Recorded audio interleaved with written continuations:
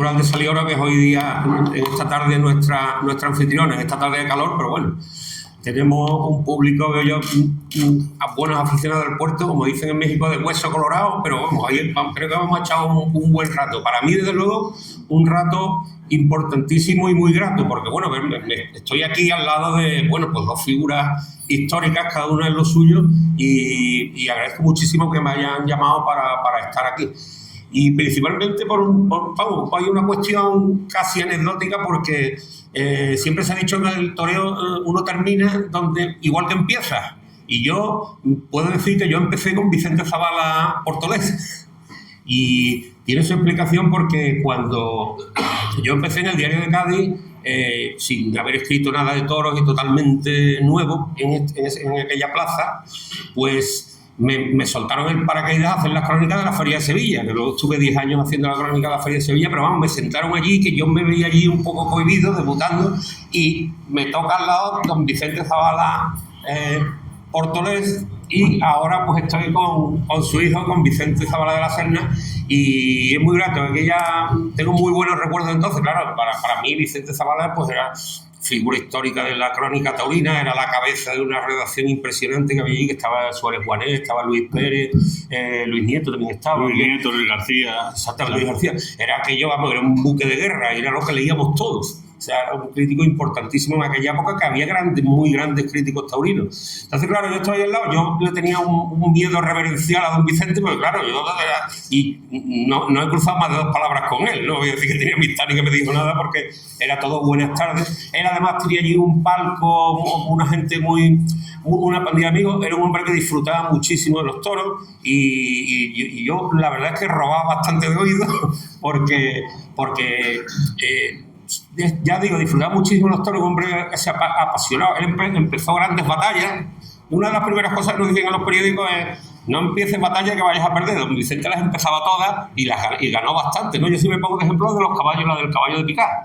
Y yo creo que la más importante fue la del guarismo, ¿no? Sí. En el año 68 consiguió que a partir del 9 salieran ya a principios de los 70 los toros ya con 4 años, y esa fue una batalla extraordinaria y que creo que cambió el destino de la tauromaquia. Hace poco se recordaban los periodistas, los gráficos, los fotógrafos de prensa, que la batalla del palco de prensa, eso se lo deben también a Vicente Zavala. En fin, aquella era una época muy bonita, aquellos años, bueno, en el año 90, ¿no? Cuando yo empecé allí. Y bueno, todo esto para decir, porque claro, el bagaje, de nuestro invitado de hoy, nuestro protagonista de hoy, pues el bagaje, pues nada menos que él es hijo de Vicente Zavala, es en su casa un súper taurino, una familia taurinísima, es de la Serna, de los de la Serna. Entonces, claro, no es... Claro, en mi familia el bicho raro que le gustan los toros. En esta casa ser aficionado a los toros era una cosa normal, ¿no? Y en Cádiz, pues, era un poco más raro. Y siempre le tuve ese miedo reverencial a don Vicente. Y claro, ahora estoy aquí con su hijo, pues me vienen a la cabeza muchísimos recuerdos de aquel parco, que además tenía muchísima gracia, porque tenían unos comentarios y unas cosas que eran verdaderamente deliciosos. Y bueno, y ya saben ustedes, pues hijo de una figura histórica de la crónica taurina, pues también una familia súper taurinísima, como son los de la Serna, nieto y hermano de torero. Sobrino. Y sobrino de torero. Sí, mi abuelo fue victoriano de la Serna, mi tío homónimo fue victoriano de la Serna también, que tomó la alternativa en los años 60, en Aranjuez, exactamente, se la dio Paco Camino. Luego mi hermano llegó a tomar la alternativa, José Ignacio fue novillero y luego pasó a ser banderillero toda la vida, la mayoría de los años con José Fuentes, y un primo mío también, José Ignacio, intentó la aventura de querer ser torero, así que es por los 4 costados, pues viene la cosa, ¿no? Claro, y fíjense ustedes que además en aquella época, pues a mí me da muchísima, pues yo soy bastante mayor que él, pero yo cada vez que iba a Madrid, conseguíamos ir a los toros a Madrid, a Sevilla, pues claro, nosotros aficionados por aquí, pues yo estudiaba en Sevilla, veía los toros en Sevilla, pero claro, por aquí las corridas del puerto, muy poco. A mí me da muchísima envidia todos estos chavales de Madrid, que esto se veían un montón de corridas al año, que estaban abonados a las andanadas, y claro, a esta gente les costaba ir a los toros les costaba los toros en aquella época 18, 20, 22 pesetas, lo que valía un paquete de ducados. Vamos. Quiero decir que Vicente, además, me imagino que es de esa pandilla de chicos que estaban correteando por la plaza. La andanada del 3, ¿no? Los famosos abonos de chavales que con chopera pues ideó Luis Álvarez.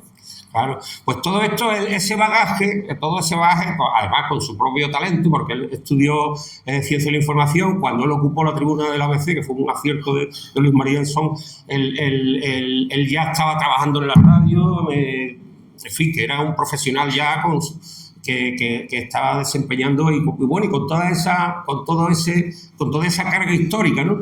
Entonces, claro, era una época para mí muy bonita. Yo empecé y, claro, admiraba muchísimo a Vicente Salvacerna. Al fin, pues su hijo Vicente pues fue uno de los grandes críticos del siglo XXI, ¿no? Es el crítico de referencia. Incluso hay mucha gente que escribe como él, porque tiene un estilo personalísimo, único.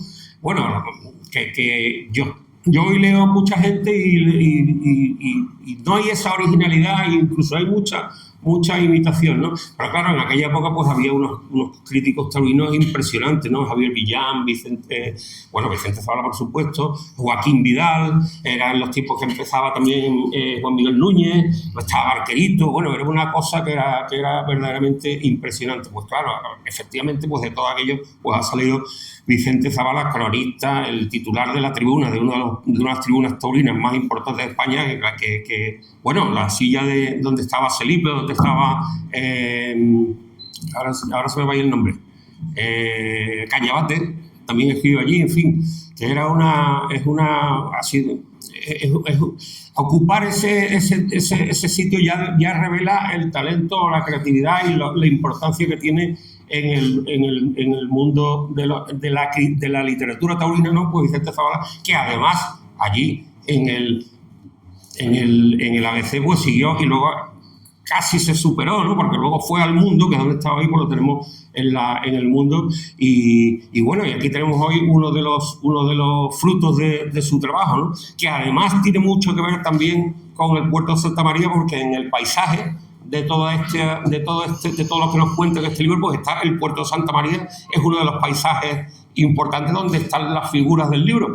Que bueno, que la figura del libro es Volante de la Puebla, pero también Vicente Zabala empezó aquí, y además lo detalla en el libro, sí, empezó aquí ese verano. Ahora os lo cuento si queréis, os hago una breve sinopsis, a lo mejor no tan breve, del libro. Mira, yo lo que he hecho bien en mi vida, y quizá lo único que he hecho bien, es rodearme bien.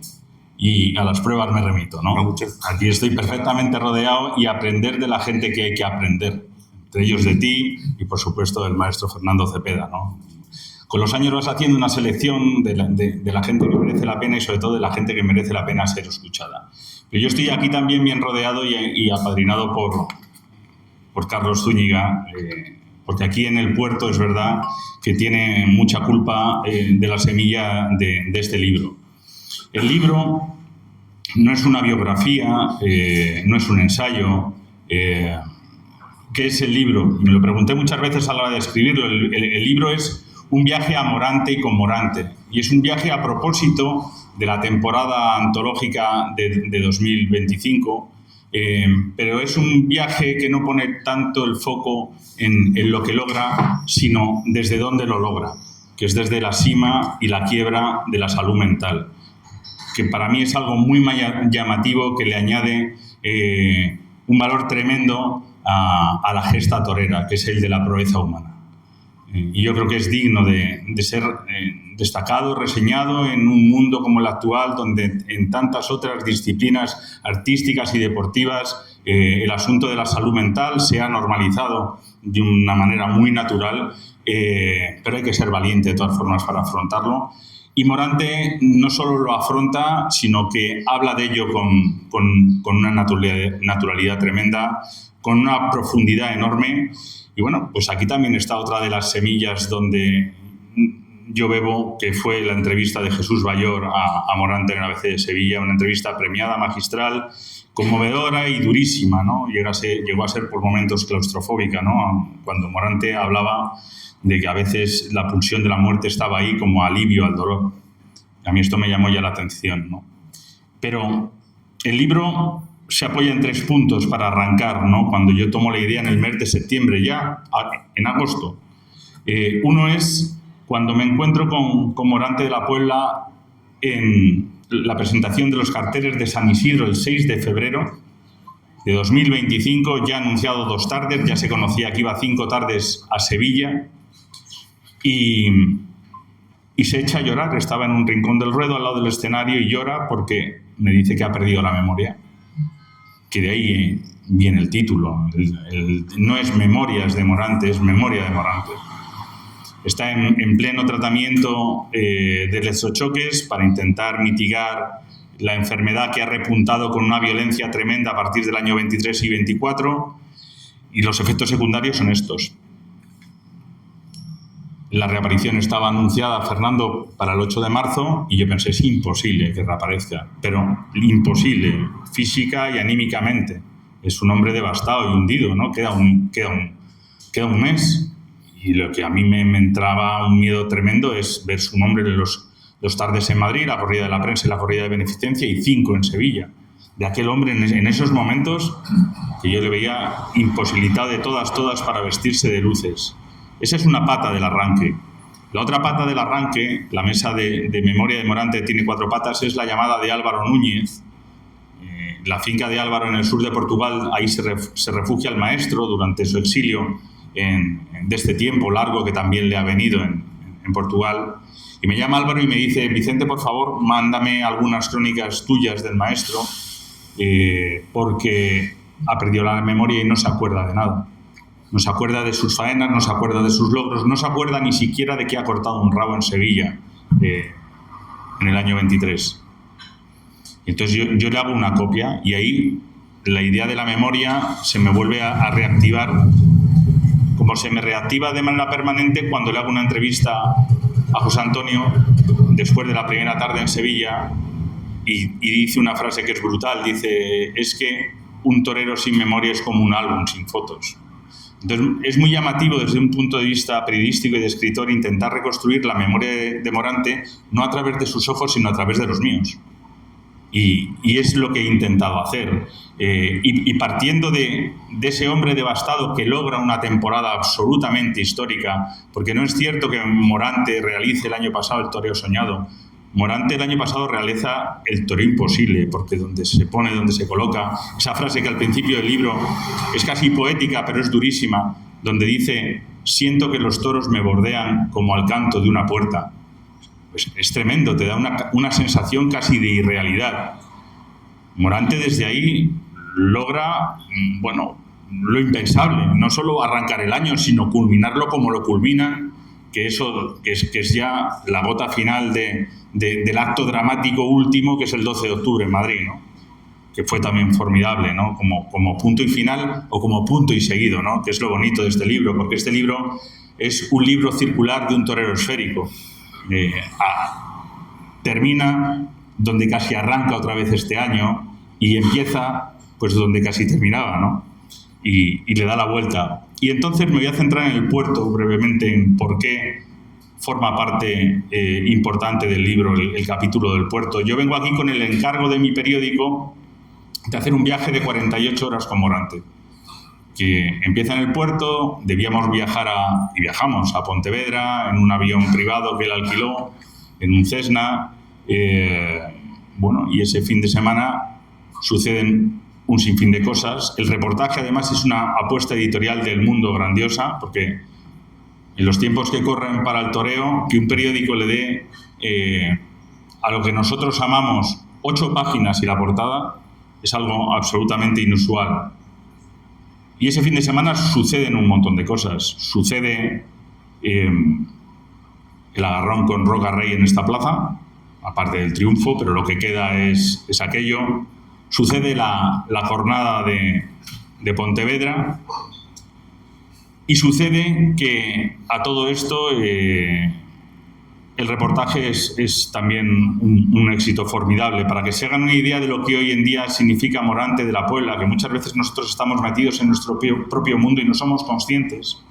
El año pasado, reconocido por el vicedirector del Mundo, el responsable de Internet, no hay ningún nombre de la esfera nacional e internacional que genere en nuestro periódico tanto tráfico como el de Morante de la Puebla. Ni Trump, ni Putin, ni Sánchez. Morante de la Puebla.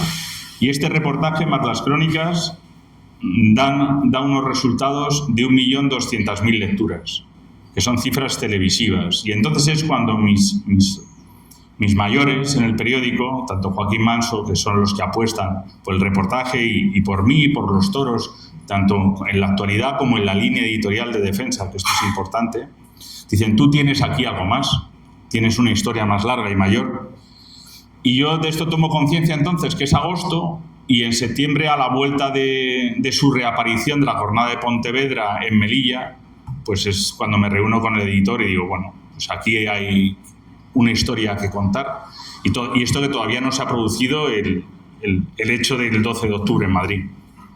Pero había una historia que contar extraordinaria, porque el libro no se centra solo en las posibilidades que yo he tenido de ser testigo de primera línea de todo lo que sucede en este viaje, porque en este viaje yo hoy soy consciente de por lo que atraviesa el maestro, porque de manera permanente está con un pastillero encima de la mesa para administrarle las 14 pastillas que el año pasado tomaba al día para ir regulando todo lo que pues venía de la enfermedad. Y esas pastillas tienen también unos efectos secundarios que no fueron fáciles de llevar, porque la temporada del año pasado es antológica, pero también es tremendamente dura. O sea, afortunadamente solo se salda con la jornada de Pontevedra, pero escapa muchas veces, porque en el sitio donde se pone Morante, yo me acuerdo que en estos reportajes haciéndole las fotos a los fotógrafos, yo mismo, ¿no? Las piernas de Morante eran la piel de un burladero, ¿no? De los puntazos, de los baretazos, pero una tarde detrás de otra.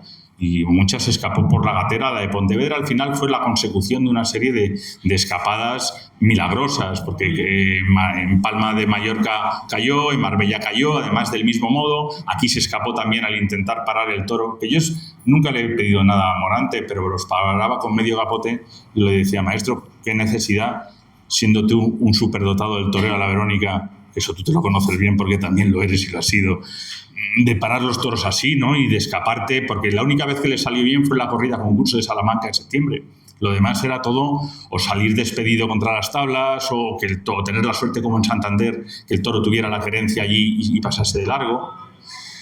Pero yo he aprovechado la coyuntura del heroísmo y de la proeza de Morante, tanto humana como torera, para bucear en su pasado, irme a la Puebla con él, recorrer los sitios donde fue con su padre, recorrer la infancia de la mano de su madre. Tener un acercamiento a alguien que yo creo que hace mucho rompió las costuras de lo que significa ser un torero de arte. Yo creo que hace tiempo eso lo ha pasado ya, y el año pasado se sitúa en algo que ya rompe lo impensable o lo que todos pensábamos que era Morante. Morante siempre hemos tenido, yo creo, claro que es un genio en constante evolución. No todos los genios tienen... lo que tienen es la evolución, la capacidad de evolucionar. El Picasso de la primera época no es el Picasso del cubismo, el Picasso de la etapa azul no es el Picasso figurativo. Y Morante evoluciona en todo este tramo hasta llegar a lo del año pasado, que es un torero que explota toda su tauromaquia de unas riquísimas y vastísimas ventanas históricas, porque entre todas las cosas que es Morante es un torero enciclopédico, y lo hace desde los terrenos de José Tomás. Y entonces eso, claro, tiene una trascendencia que rompe las barreras de lo que es la afición, empieza a arrastrar gente en masa, se convierte en un fenómeno de masas y se convierte en un icono popular.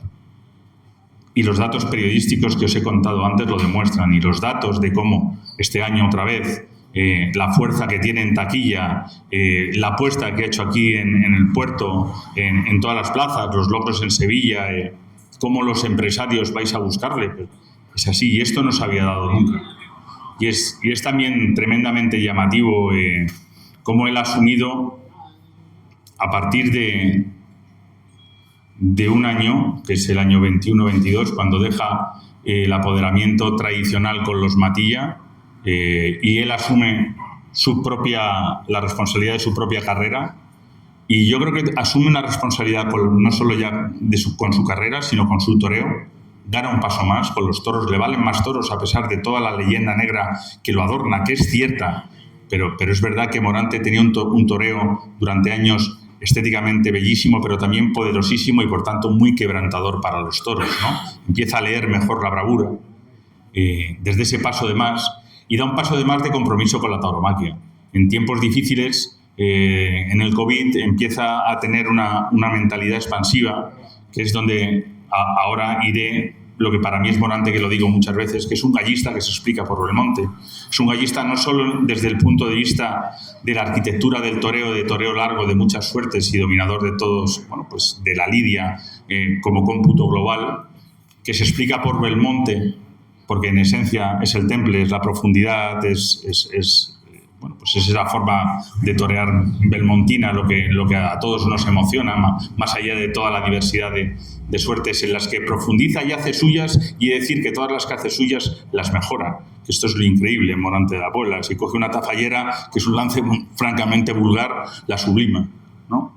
Y a mí esto también me deslumbra, ¿no? Pero es gallista también desde el punto de vista que es a lo que iba de expansión de la fiesta, de cuidar el tejido industrial de los pueblos, de cuidar a esos empresarios que sabe el maestro que necesitan de ese colchón de su actuación para pasar el invierno. No es de los que van a los pueblos y no queda nada para el empresario, que los hubo durante mucho tiempo. Es de los que da vida y deja vivir, ¿no? O sea, doy vida al pueblo, pero al empresario le ayudo, ¿no? Y entonces el personaje en sí mismo, y voy a pasar ya a hablar con Fernando Curro, si no porque no quiero... el personaje en sí mismo es formidable porque el personaje está a la altura del torero. Y esto no siempre se da. Y el torero es extraordinario, es histórico. Yo es el más grande y el más importante que he visto y el más completo. Y todos los años, y en el invierno, cuando he intentado frenar y poner diques de decir, bueno, esto que afirmas de decir que es el más grande de la historia, si miras la historia hay que tener mucho cuidado, ¿no? Y tal y cual. Lo que me pasa es que luego llegan las tardes como las de Sevilla, me caliento y ya no tengo remedio, ya voy en la tarde de la silla, ya me lanzo y digo que es el más grande, ¿no? Y Morante es un personaje formidable, es un personaje además que esto sí que me gustaría recalcarlo, porque en estos tiempos convertirse en un icono social, en un personaje popular, alguien que no tiene redes sociales, que no tiene jefe de prensa, que no maneja los medios, que simplemente en Sevilla es el tantas veces bajarse al Donald, en Pamplona irse a la calle, pisar la calle, dejarse tocar por la gente. También me deslumbra, y lo cuento en el libro, esta forma de llevar la torería al siglo XXI desde un punto muy diferente a como en su momento lo hizo Roca Rey. Roca Rey en los últimos 10 años era el torero de la juventud. Fue el icono, más un icono pop que un icono torero, ¿no? Más una estrella del rock and roll. Y trae el toreo a la modernidad transvistiéndose de modernidad. José Antonio no. José Antonio trae el toreo a la modernidad respetando la anacronía de lo que significa ser torero. La esencia. Porque Morante o es rito o no es nada. Y esto es extraordinario. Porque en estos 10 años, que casi van ya desde que se independiza y toma esta autoridad, esta responsabilidad sobre su toreo, sobre la fiesta de los toros y la tauromaquia,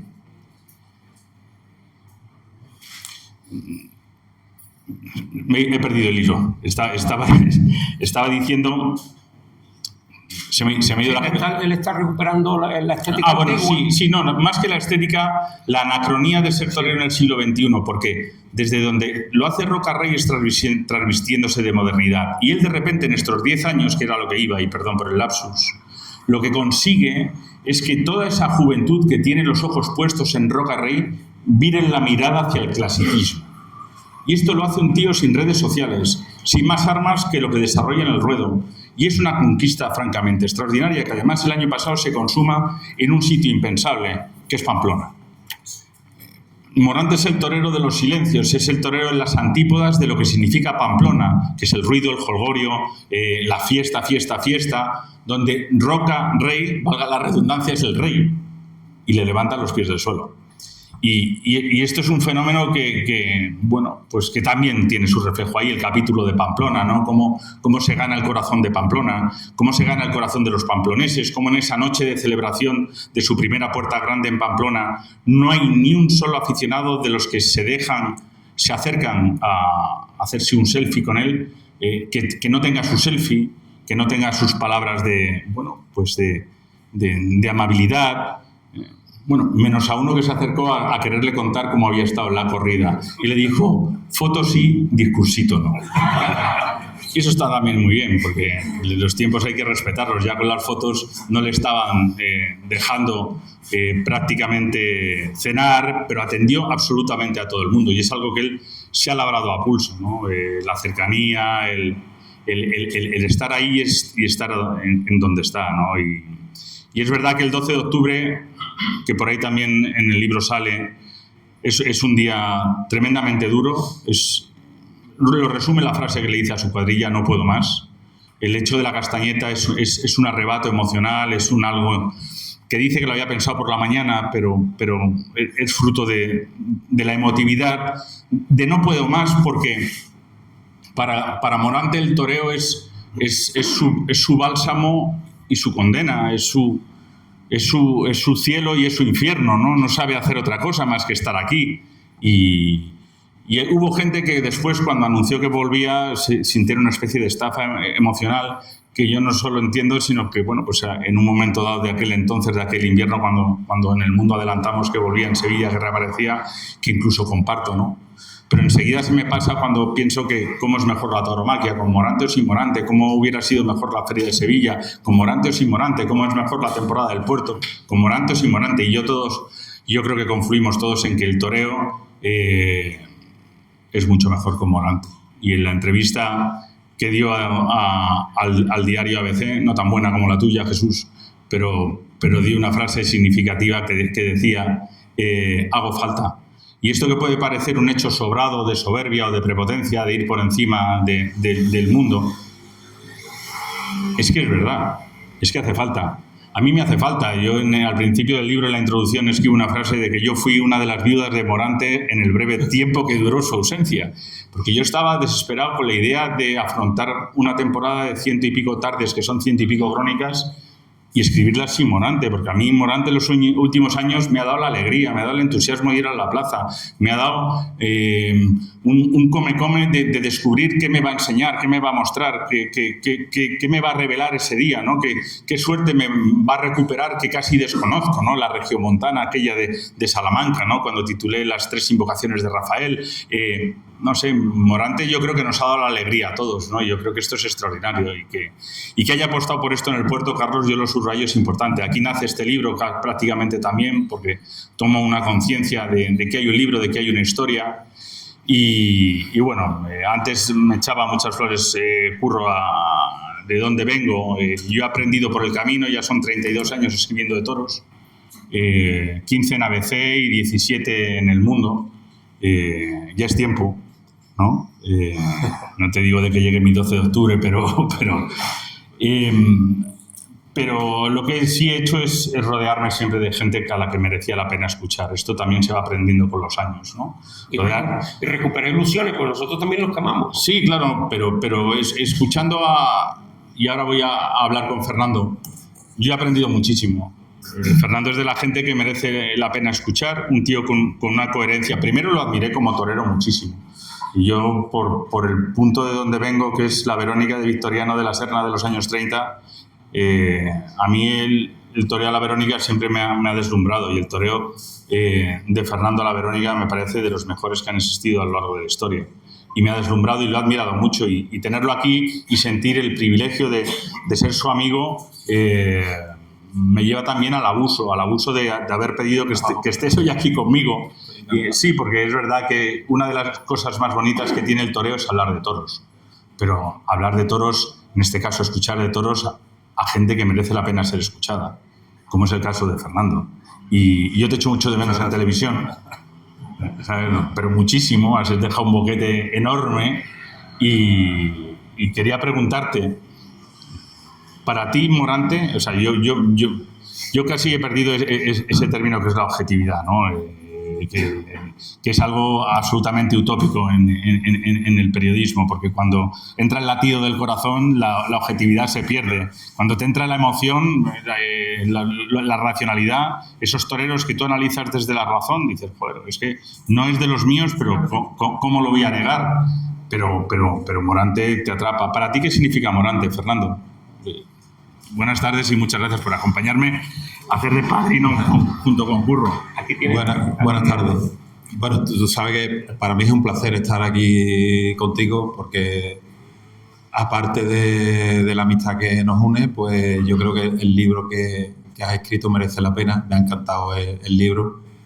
Estoy totalmente de acuerdo con prácticamente todo lo que dice. Creo que era un libro necesario porque había que contarlo de la manera que tú lo cuentas, lo que ha sido la temporada 2025 y el trasfondo que había detrás de esa temporada. Yo creo que la gente tiene que leerse el libro y tiene que saber, porque tú de primera mano lo has conocido y así lo cuenta en el libro, tiene que conocer qué había en ese torero y cómo después de todo lo que hemos conocido, pues bueno, la enfermedad de Morante, la gente que lo conocemos de toda la vida, sabíamos que existía. Lo que no sabíamos es hasta qué punto, de qué nivel tenía esa enfermedad. Y yo creo que leyendo el libro te puede hacer idea de lo que eso supone para una persona. Imagínate ya para un torero que se tiene que poner delante de un toro, que tiene que tener un estado de ánimo acorde con lo que conlleva ponerte delante de dos toros todas las tardes. Y por eso creo que es necesario, tan necesario el libro como Morante era necesario, tú lo acabas de decir antes, Morante era necesario que estuviera este año toreando. Y era necesario por muchas circunstancias, pero la fundamental es que los aficionados, yo he sido torero, he estado en activo muchos años, pero yo por encima de eso me considero aficionado. Y yo creo que era necesario porque los aficionados nos habíamos quedado un poco huérfanos, ¿no? Yo estuve el 12 de octubre en Madrid y yo vi como mi hija lloraba cuando Morante se fue por los medios y se agarró la castañeta. Me decía, no puede ser, no puede ser. No nos lo creíamos nadie. Y por eso creo que, tú lo has comentado antes, aunque haya habido gente que se hayan podido sentir un poco ofendida porque ha parecido, o dio la impresión de que no era serio retirarte en octubre y decir en enero prácticamente que vuelves a torear, pues yo lo entiendo, pero yo estoy de acuerdo contigo, yo estoy por encima de eso. Yo creo que Morante era necesario por lo que he contado antes como aficionado y era necesario por las empresas, porque aquí hay un empresario que ha contado 4 tardes con él en el puerto. ¿Cómo hubieran sido tus carteles sin Morante este año en el puerto? Yo no me lo quiero ni imaginar. Entonces yo creo que prácticamente todo el mundo lo hemos entendido. A lo que tú me preguntabas antes de Morante como torero, yo fui testigo de su alternativa, que ayer, ¿no? Ayer o antes de ayer, sí, el 29, ¿no? Se cumplía el aniversario. Con Rincón de Padrino. Con Rincón de Padrino. Una corrida de toros de Juan Pedro.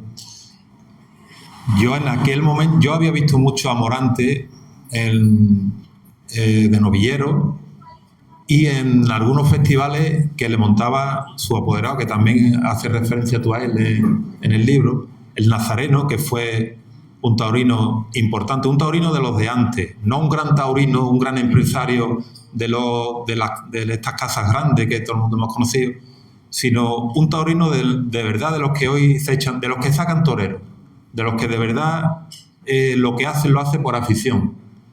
Y yo viví un poco cómo empieza la carrera Morante de la mano de Leonardo Muñoz.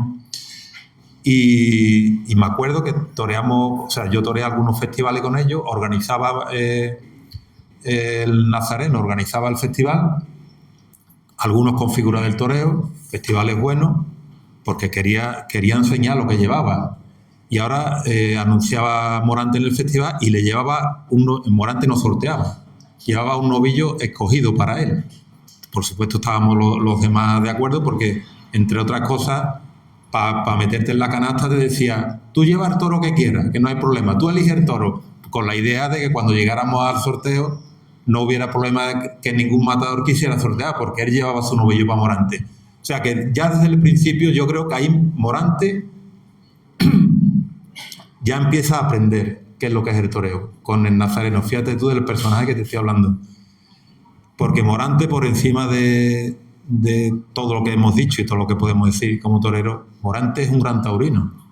Morante no deja de darle vueltas. Carlos yo creo que la ha tratado y puede contar de primera mano más de una anécdota en este sentido. Yo creo que Morante es un taurino que le pasa por encima a la mayoría de los taurinos que hay actualmente, porque desgraciadamente taurinos quedan muy pocos y buenos menos.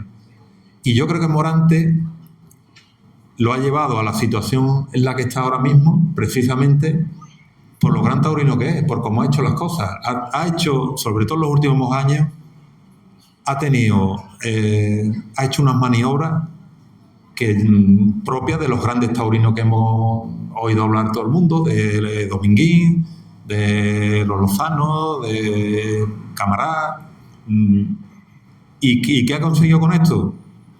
Pues ha conseguido que hoy estemos hablando de él, como tú hayas escrito un libro sobre él, que haya conseguido reivindicarse como...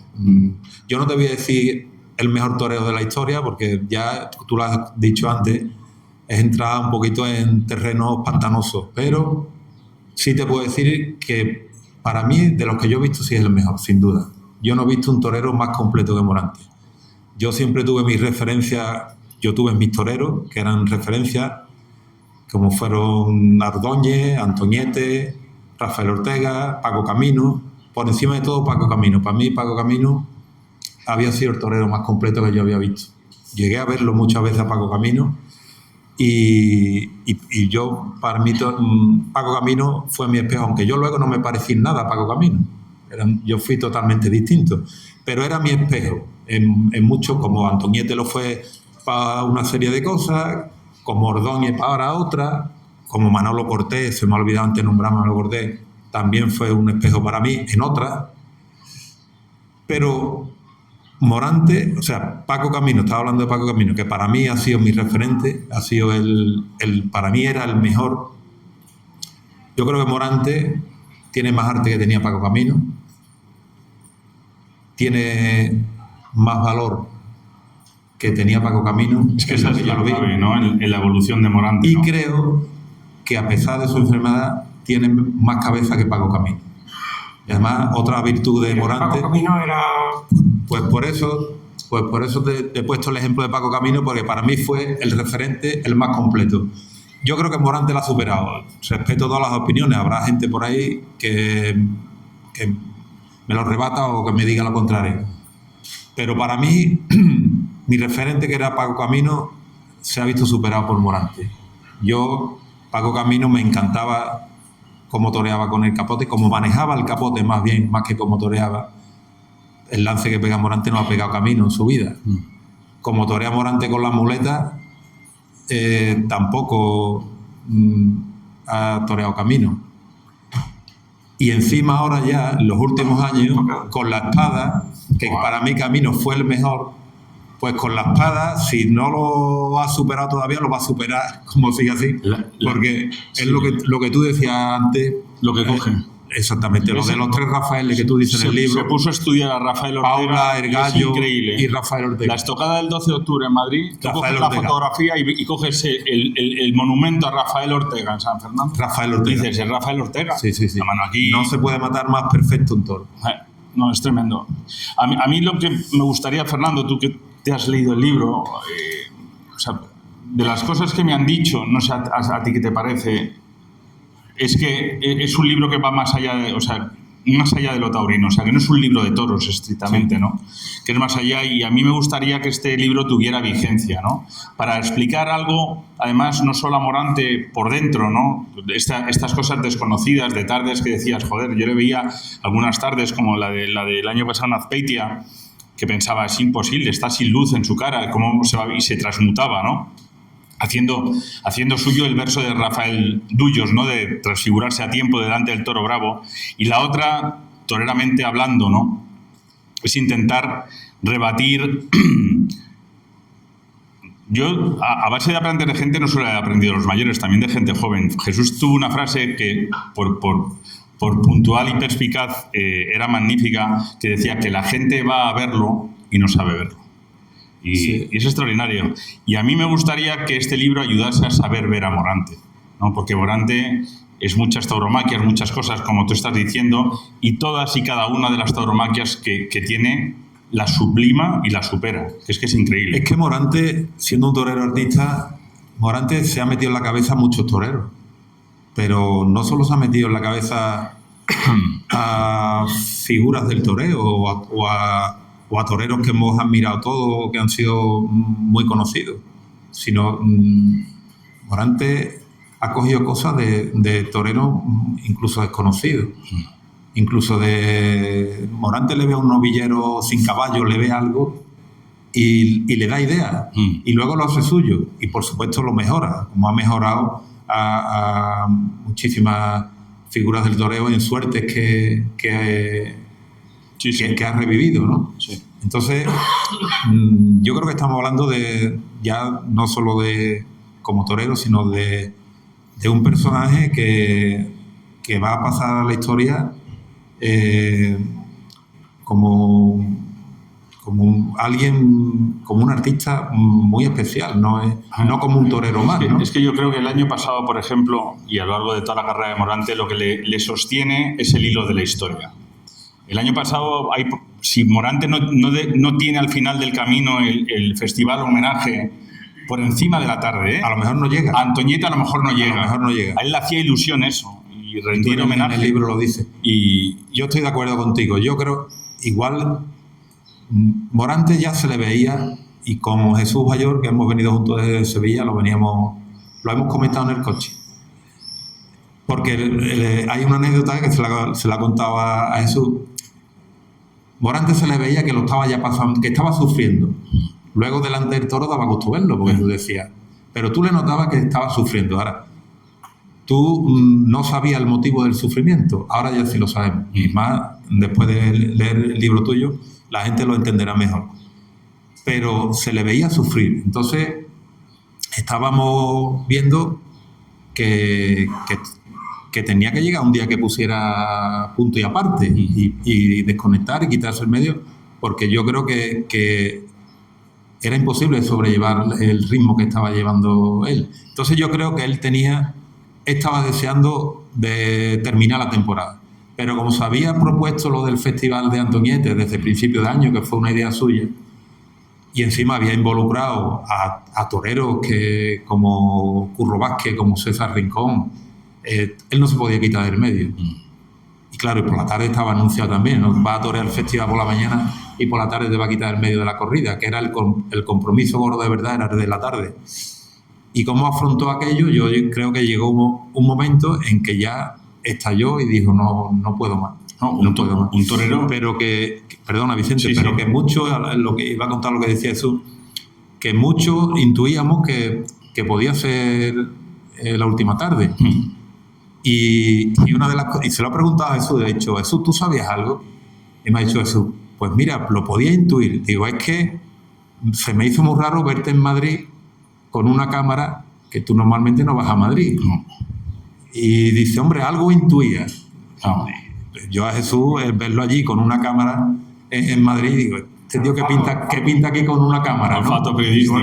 Exactamente. Yo le pregunté lo mismo a la madre. Y después, se lo contaba a Jesús, digo, y después lo de la madre. La madre nunca ha ido. En la vida. Y cuando yo me entero, por la noche me lo dicen, no, estaba la madre en la habitación.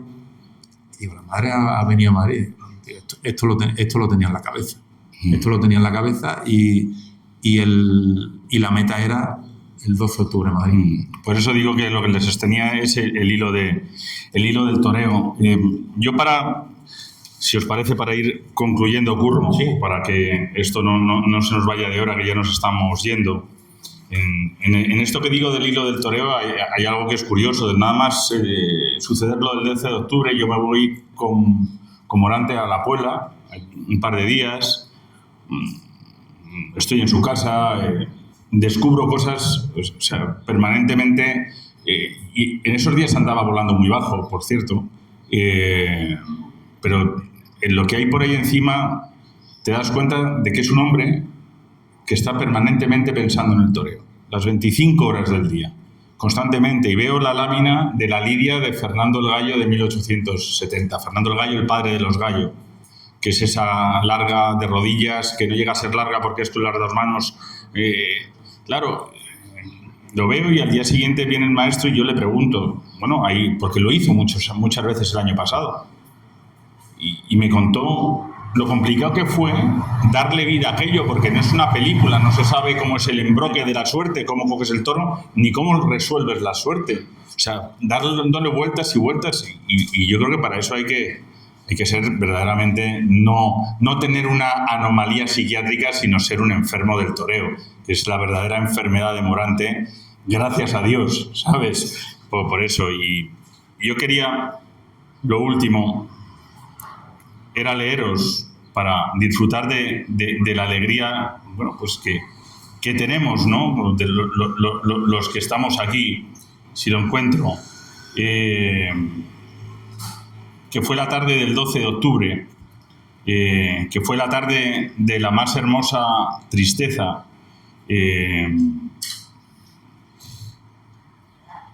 Y fue cuando yo titulé, la portada del Mundo fue Morante deja el toreo huérfano, porque realmente yo me sentí así. Y entonces, aquellos párrafos de aquella crónica, luego llevados aquí al libro, de otro modo, dice así: una estocada monumental pone el colofón, un monumento al volapié, un tributo a Rafael Ortega, uno de los más puros estoqueadores de todos los tiempos. La plaza estalla en una pañolada apoteósica, aderezada con algunas voces disconformes de los que siempre están insatisfechos con todo, salvo si lo hace otro. Morante agarra las orejas y emprende la vuelta al ruedo, exhausto, rendido, profundamente emocionado, abatido. Cuando concluye el paseo del redondel, se dirige a los medios, a la mismísima boca de riego. El público sigue aplaudiendo su grandeza y piensa que el maestro ofrecerá una muestra de gratitud ante tanta entrega, que es la suya correspondida. Pero Morante de la Puebla se echa las manos a la nuca, temblorosas, buscando la castañeta, el tornillo que la sujeta a su pelo. El silencio comienza a apagar las palmas como si fueran velas. Hay quienes gritan «no, no», con la desesperación de un náufrago al que abandonan.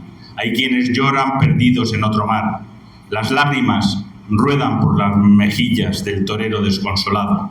Ya, con el añadido en la mano, lo eleva y lo ofrece como si brindara su vida entera, los sueños de la marisma, sus juegos de niño, los años de gloria y el dolor que quema. Y ahí nos quedamos con Morante, instalados en esa tristeza, y hoy por eso vuelvo a disfrutar hoy, más que nunca, la alegría de volverlo a tener toreando entre todos nosotros. Muchas gracias por acompañarme, muchas gracias Curro, gracias Fernando, y espero que aquí encontréis las claves.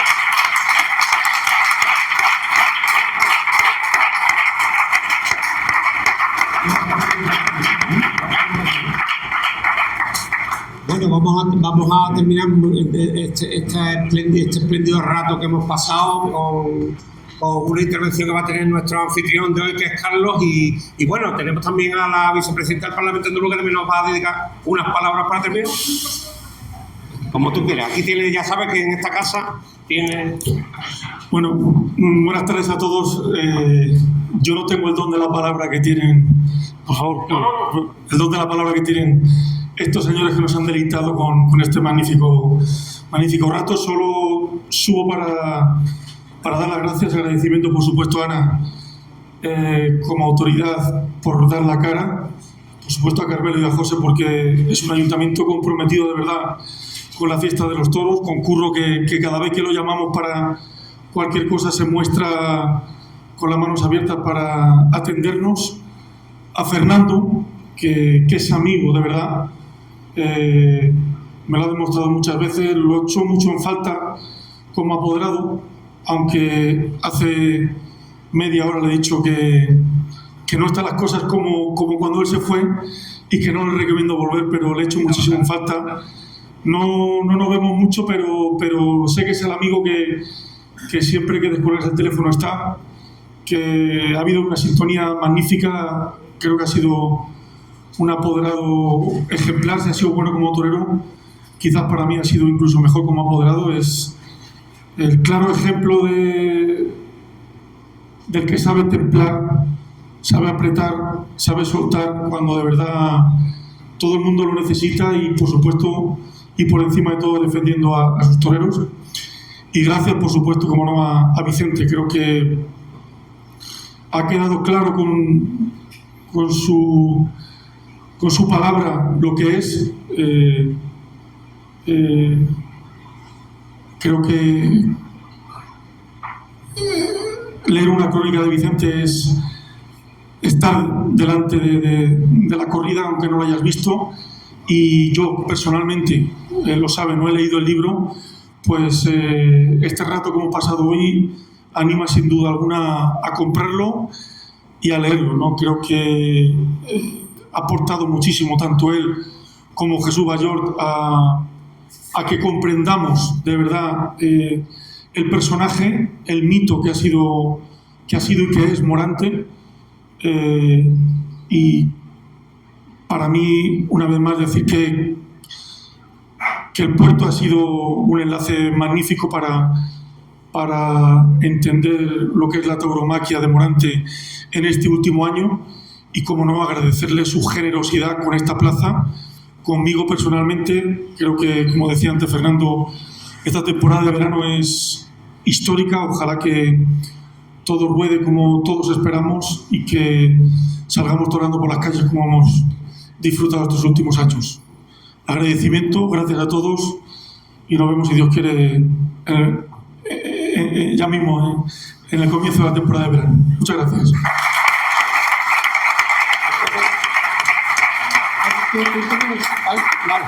Bueno, pues yo creo que nos hemos quedado como después de una faena temporante. Tenemos ganas de volver mañana. Así que vamos a terminar. No sé si de Saliore tiene alguna intervención o estaba Jesús por aquí.